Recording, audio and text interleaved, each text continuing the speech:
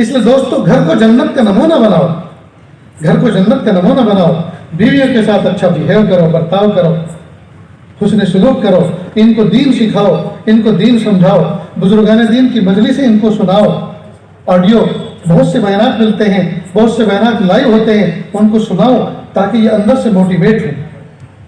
بہت سے لوگ کتابیں نہیں پڑھتے، آج کل ہر آدمی موبائل پڑھ رہا ہے، جس کو دیکھو موبائل پڑھ رہا ہے، موبائل کی تلاوت ہو رہی ہے، قرآن پاک کی تلاوت نہیں ہو رہی۔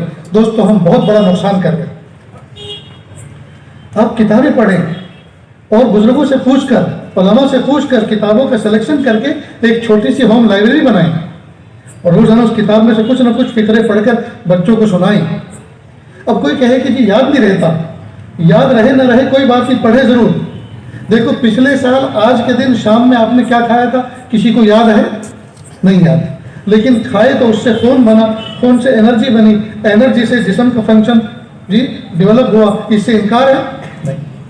ٹھیک اسی طرح آپ پڑھیں، پڑھنے کے بعد آپ اس پڑھے ہوئے چیز کا کچھ حصہ آپ کو عمل پہ کھڑا کرے گا، کچھ چیزیں آپ کا ایمان میں پختگی کا سبب بنیں گی، کچھ چیزیں آپ کے یقین میں پختگی کا سبب بنیں گی، کچھ چیزیں آپ کے درجات کو بلند کریں گی۔ یہ پڑھا ہوا بیکار نہیں جائے گا، یہ کام میں آئے گا۔